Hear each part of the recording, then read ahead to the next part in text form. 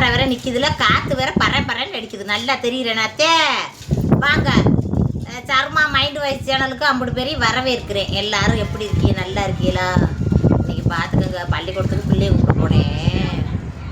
போயிலேயே ஒரு சங்கட்டம் நடந்து போச்சு. ஏல சவுண்டை குரல நண்டு மனச்சங்கட்டமா. அதை விடுங்க, மனச்சங்கட்டத்தை அப்புறம் பேசுவோம். மனச்சங்கட்டம் வந்துக்கிட்டே இருக்கு. எப்படி இருக்கு சடை? ஆஹா, 1990 போட்ட சட்னிக்கிறேன். எனக்கு ஆசையாக இருந்துச்சு, ரொம்ப ஆசைப்படுவேன் இப்படிலாம் சடை போடுறதுக்கு. ரொம்ப கொல்லியாயிருச்சு மக்களே. முதல்லாம் பார்த்திங்கன்னா ரெட்டை சடை ஓட்டா கட்டேன்னு முடி 2 பக்கமும் கிடக்கும், அம்புட்டு கட்டையில். இப்போ வருங்க, ஒத்த சடையில் பின்னி போட்டிருக்கு, ஒரு பக்கமாக எப்படி இருக்குண்டு இத்தினியாக போச்சு. எப்படி இருக்குது சடை, நல்லா இருக்கா? ஆமாம், நம்ம மண் வாசனை என்னைக்கு வீசணும், மறக்கக்கூடாது என்னைக்கு. என்ன அப்படித்தான். சரி வாங்க, என் மன கஷ்டத்தை சொல்கிறேன். மன கஷ்டம்னுட்டு நல்லாத்தனை குஷியில் பேசிக்கிட்டு இருக்கேன் அப்படின்னு சொல்லக்கூடாது. அந்த நேரம் கஷ்டமாக இருந்துச்சு. நான் வந்து வருங்க, கஷ்டத்தை ரொம்ப நேரம் அடக்கி வச்சுக்கிற மாட்டேன். எம்புடு தூரத்துக்கு கஷ்டப்படுறோன்னா அழுகிறோன்னா அம்புடு தூரத்துக்கு அதை மறந்துட்டு அப்படியே குடுகுடுன்னு ஓடியே போயிடுது. எண்ணத்துக்கு அதையே நினச்சிக்கிட்டே வாழ்க்கையை வாழ்ந்தோம்னா, இல்லை சவுண்டை குறை வாழ்ந்தோம்னா வாழ்க்கையில் எந்த சந்தோஷத்தையும் நம்மளால் அனுபவிக்க முடியாது. அப்படி தான் நான் நினைப்பேன். என்னண்டா இன்னைக்கு பஸ்ஸில் பாப்பா கூட்டிகிட்டு வந்தல, வரையில் இங்கே உறவுக்காரவு பேரை சொல்கிறதுக்கு எனக்கு விருப்பம் இல்லை. அவங்கள பார்த்து ரொம்ப வருஷம் ஆச்சு, நான் பார்த்ததே இல்லை. எப்போ பார்த்தேன்டா பார்த்துக்கோங்க, நான் குமரியாக இருந்த காலகட்டத்தில், சவுண்டை குறை குமரியாக இருந்த காலகட்டத்துகளில் எல்லா மாப்பிள்ளையிலும் பார்த்துட்டு வேணாண்டு போகிறாங்கன்னு சொன்னேன்ல. அப்போ நம்ம உறவுக்காரவங்க இருக்காக, அவங்ககிட்ட போய் ஒரு வார்த்தை கேட்போம். எல்லாரும் இப்படி சொல்கிறப்ப எனக்கு வயசு இப்போ 17 வயசு தான். அப்போ உள்ள காலகட்டத்துகளில் வேகமாக பிள்ளைகளை கட்டி கொடுத்துடணும், வயசுக்கு வந்தோடனே கட்டி கொடுத்துடணும், அப்போத்தான் நல்லது அப்படின்ட்டே பெற்றவங்க நினைப்பாங்க. இந்த ஸ்டாண்டுக்கு வயசாகி போச்சு சே இல்லைங்களே அப்படின்னே நினைப்பாகத்தே. காற்று பறன்னு அடிக்குது. ஆடி மாற்ற காற்றுல தான் அம்மி தூக்கிக்கிட்டு ஓடுமுடுவாங்க, ஆணி மாற்றத்துலேயே பறந்து தூக்குது. அப்படி பார்த்துக்கோங்க. நம்மளுக்கு அந்த உறவுக்கார விட்டு போய் நம்ம பொம்பளை பிள்ளை வச்சுருக்கோம், மாப்பிள்ளை வீட்டில் போய் என்றைக்குமே பேச மாட்டாங்க. அதை வந்து ஒரு மரியாதை குறைச்சா கௌரவ குறைச்சலாத்தான் நினைப்பாங்க. ஆனால் வந்த மாப்பிள்ளைய ஊரை நம்ம பிள்ளைய மனசை சங்கடப்படுத்திட்டு போகிறாங்களேன்ட்டு எங்கள் அப்பாவும் ஆத்தாவும் அவகிட்ட போய் பேசுவோம்ட்டு போனாங்க. அவங்க அப்படி ஏன் அப்படி எதுக்கு எனக்கு அப்படி தெரியும்ட்டு அவங்க எங்கள் அம்மாவும் எங்கள் அப்பாவும் பேசுகிறாங்க. போய் அவங்ககிட்ட போய் கேட்போம். அவங்ககிட்ட ஒரு மயம் இருக்குது, நம்ம பாப்பா மாதிரி இருக்கா, இந்த பையன் கொஞ்சம் கருத்த பையன், ஆடுதேன் வச்சுக்கிட்டு எத்தனைக்கு அப்படின்னு போய் கேட்போம்னு சொன்னாங்க. சரின்ட்டு போனவர்கிட்ட அவங்க சொல்லியிருந்திருக்காங்க. எப்படி தெரியுமா, எங்கள் அம்மா என்கிட்ட சொல்லிச்சு. அது இஞ்சி வருங்க, வந்த ஊரை அழகு இல்லை, அசிங்கமாக இருக்குது, கருப்பாக இருக்குது, ஒல்லியாக இருக்குது, பிள்ளை நல்லா இல்லை, வாய் பெருசாக இருக்குது, உதவி பெருசாக இருக்குன்னு என்னத்தையும் சொல்லிட்டு போனாங்கன்னு வச்சுக்கோங்களேன். அவங்க கூட சரி மனசு ஆந்துடும். ஏன்னு கேளுங்க, நம்மளாக இருந்தாலுமே ஒரு பார்க்குறதுக்கு நல்ல லட்சணமான முகத்தை தானே விரும்புவோம். வான்மதி நீ நல்லா தானே இருக்க அப்படின்னு நீங்கள் கம்மான்னு சொல்லுவீங்க. நல்லாத்தான் இருக்கேன், நல்லா இல்லைன்னு நான் என்றைக்குமே நினைக்க மாட்டேன். அப்போ நான் குமரியாக இருந்ததில் அப்படி இருந்தேன், ஒல்லியாக இருக்கமோ அப்படி இருந்தேன். உடம்பு வந்து வெயிட் போடவும் முகம் உப்பிக்கிட்டு தெரியவும் உங்களுக்கு நல்லா தெரியும். அப்போ வந்து ஒல்லியாக இருக்கிறப்ப அப்படி இருந்தேன், உண்மைதான். அப்படி ஒருத்தரும் சொல்லிட்டு போனதை நினச்சி எனக்கு வருத்தம் கிடையாது. ஆனால் இவங்க மட்டும் என்ன தெரியுமா சொன்னாங்க, ஏப்பா சாமினாதா மகளை கட்டுறதுல ஒன்றும் பிரச்சனை கிடையாது, ஆனால் வந்து நகை நட்டு போடுறதுக்கு அழகு இல்லாட்டாலும் நகை நட்டு போடுறதுக்காச்சும் தகுதி இருக்கணும்ல. நகை நட்டு நீ எப்படி போடுவ, 10 பேர் 15 பேருக்குள்ள இப்போ கட்டுவாங்களா, உனக்கு தெரியாதா என்ன, விரும்ப வீட்டில் போய் பொண்ணு எடுத்துருக்கேன்னு என்ன 4 சாட்சியானா சொல்லிடாதா அப்படின்னு சொன்னதான் எங்கள் அப்பா வந்து ரொம்ப வருத்தப்பட்டார். வாழ்க்கையில் மனுஷன் எப்படி மாறுவேன்னு சொல்லவே முடியாதுங்க. விரும்பைய அப்படின்ற சொன்ன அந்த வார்த்தையை எங்கள் அப்பா ஒவ்வொரு நாளும் சொல்லி அழுதார். நினச்சி அழுதார் போட்டோம்னா 2-3 நாளைக்கு ரொம்ப சோகமாகவே அப்படியே பூமியை பார்த்தே உட்காந்துருப்பாரு. ஏப்பா அதை யோசிக்கிறேன் விடுங்கப்பா அப்படின்ட்டே நான் சொல்லுவேன். எனக்கு என்னப்பா வயசாப்பா கூடி போச்சு, ஏப்பா நீ கட்டி கொடுக்குறோம்னே நினைக்கிறியே அப்படின்னு சொல்லுவேன். அப்படிலாம் சொல்லாத வயவில் அதுக்கு நடக்க வேண்டிய காலகட்டத்தில் நடந்து முடிஞ்சிருச்சுடா, நாங்களும் நிம்மதியாக இருப்போம், நீனும் நல்லபடியாக இருப்போம் வயவில் அப்படின்ட்டே எங்கள் அப்பா சொல்லுவார். அப்பா வந்து அந்த வார்த்தை விரும்பைய அப்படின்னு சொல்ல அந்த வார்த்தையை என்கிட்ட சொல்லிக்கிட்டே இருப்பார். உங்களுக்கு ஒரு விஷயத்தை மட்டும் சொல்கிறேன் கேட்டுக்கோங்க. எந்த விஷயம் நடந்தாலும் அந்த இப்போ உள்ள காலகட்டத்தில் சின்ன பிள்ளைகிட்ட போய் என்னத்தை சொன்னோம் அப்படின்ட்டு எங்கள் அப்பா நினைக்கவே மாட்டார். ஒவ்வொரு விஷயத்தையும் சொல்லிக்கிட்டே இருப்பார். இவர் இந்த பலசர கடை இருக்கு வார்த்தை, இந்த கடையில் உன் கல்யாணத்துக்கு அனைத்து சாமானும் கடனாக கொடுத்தாரு. கல்யாணத்தெல்லாம் முடிச்சுட்டு அதில் வந்து மொய்யை வச்சுதான் அவருக்கு காசு அடைச்சோம். என்றைக்கும் இவரை நம்ம வந்து நன்றி மறக்கக்கூடாது அப்படின்வார். அப்புறம் ஒரு பாட்டி போவாங்க, ஒரு பாட்டி இருக்காங்க, அவங்க பேரெல்லாம் சொல்ல விரும்பல, இப்போ இல்லை. அவங்கள சொல்லுவாங்க, என்னைக்கு ஆத்தாவுக்கு தண்ணி வேணும்னாலும் கஞ்சி வேணும்னாலும் நம்ம வீட்டுக்கு வந்துச்சுட்டா அதுக்கு எப்போவுமே ஊற்றி வைக்கணும். ஏண்டா ஒரு காலகட்டத்தில் வந்து அப்போலாம் வந்து கடலை நெல்லுலாம் வந்து அறுக்கிறதுக்கு வந்து போவப்போ அந்த காட்டுலேயே குடில் போட்டு தங்கிடுவார் வந்துங்க. அப்படி தங்கி கடலையை அறுவடை பண்ணிக்கிட்டு இருக்கிறப்ப புயலும் காத்தும் அடிச்சிருந்துருக்கு. எங்கள் அப்பாவுக்கும் எங்கள் அம்மாச்சிக்கும் எங்கள் அப்பா எனக்கு சரியாக சின்ன பிள்ளையில் அவருக்கு நடந்த விஷயம் எங்கள் அப்பா சொல்லி ரொம்ப வருஷம் ஆச்சு. அதனால் எனக்கு யோசனை பண்ணித்தான் சொல்ல முடியும். எங்கள் அப்பத்தாவுக்கும் எங்கள் அம்மாவுக்கும் பெரிய சண்டையான். அந்த சண்டையில் போய் எங்கள் அப்பா போய் எங்கள் அம்மாவை 2 அடி, எங்கள் அப்பத்தாவை 2 அடி அடிச்சு விட்டார் வந்து. அப்போ என் பொண்டாட்டி எப்படி அடிப்பேன்? ஏண்டா உன் பொண்டாட்டி அடிக்கிற சரி, என் பொண்டாட்டி எப்படி அடிப்பேன்ட்டு எங்கள் ஐயா ஓடி போய் எங்கள் அப்பா பாஞ்சிட்டான். அதுக்கப்புறம் பார்த்துக்கங்க, பிள்ளையை தூக்கிட்டு போட அப்படின்னு சொல்லி தொட்டியில் இருந்த எண்ணெய் அப்படி தொட்டி கயிறோட கலட்டி வீட்டுக்குள்ளே தொட்டி கயிறோட கலட்டி வெளியில் வந்து போட்டதாக எங்கள் அப்பா சொல்லுவார்.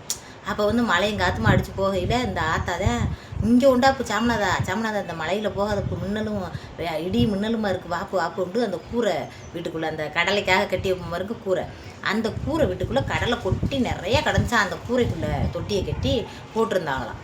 கடலையில் மூண்டு விட்டும் பிள்ளை அப்படின்னு கூட நினைக்காம அந்த ஆத்தா எண்ணெயை அன்னைக்கு அந்த காற்று மலையிலையும் பெத்த தாயும் தவப்பனை அள்ளி தொட்டிக்கரோட உன்னை வீசி எரிஞ்சிட்டாத்தே.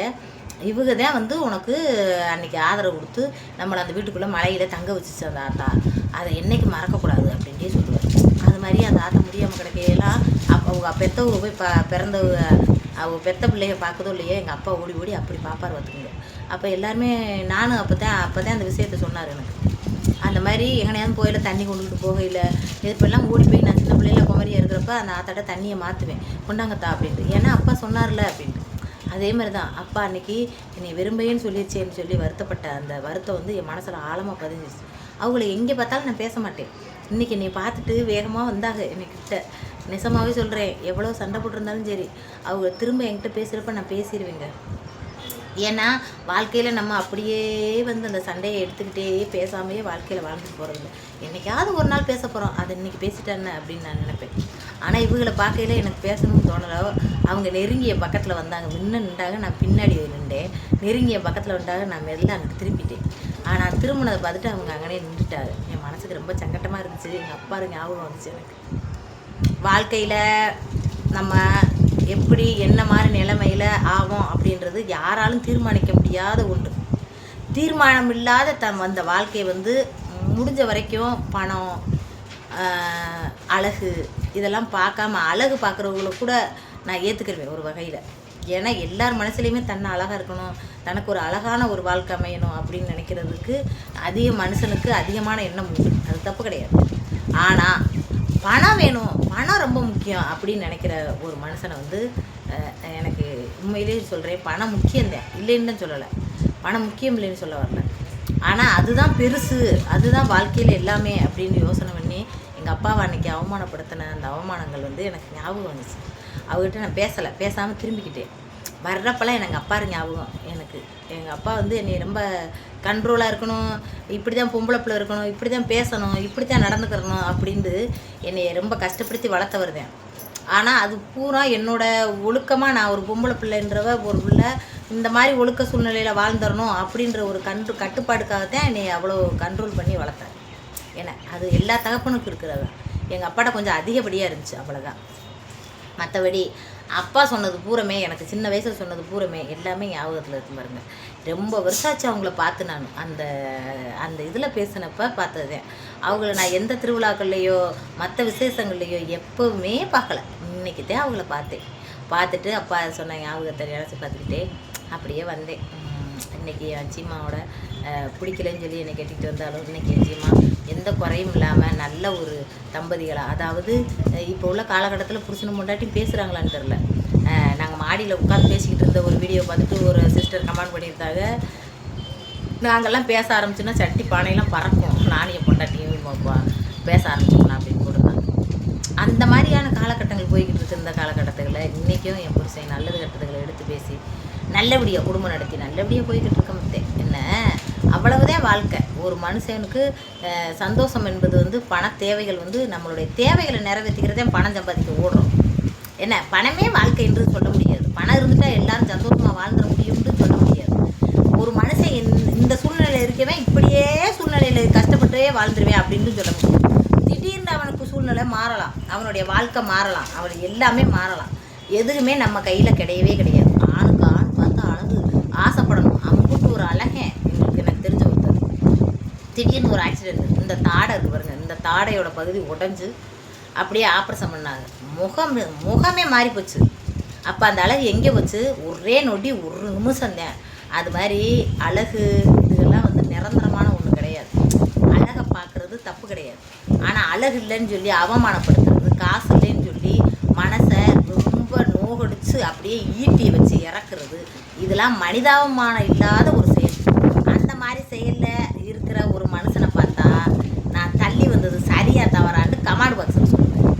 அதே மாதிரி என்னைய மாதிரியே புருஷன் பொஞ்சாதியா அந்யூன்யமா அன்பா என்னைக்காவது புருஷன் பொண்டாட்டி தனிப்பட்டு பேசியிருக்கீங்களா?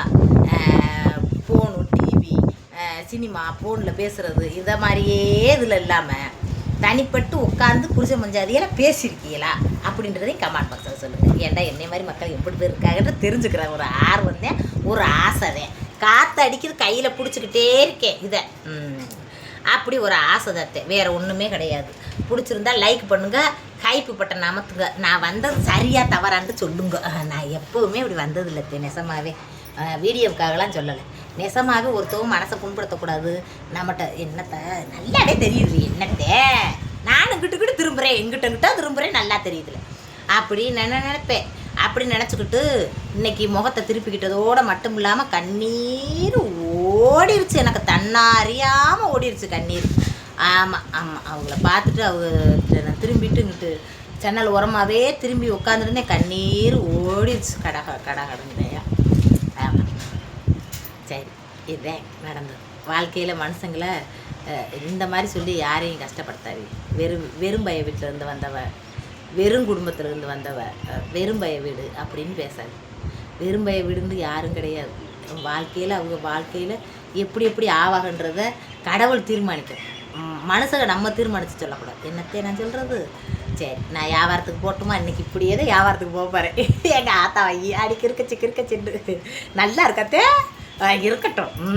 மஞ்சானிக்கு வந்துட்டு போகுது. இன்றைக்கி கொண்டையெல்லாம் அவுத்து விட்டு இப்படி தான் போகிறேன். எனக்கு பிடிச்சிருந்தா லைக் பண்ணுங்கள். சரி, நான் வியாபாரத்துக்கு கிளம்பிட்டு என் மாயா வரணும். அதுக்கிட்ட உட்காந்துருக்க நேரத்தில் உங்கள்கிட்ட பேசிடுவோம். ஓடியே வந்து பேசினத்தே என்னத்தையோ என் மனசுக்கு பட்டதை பேசினேன்.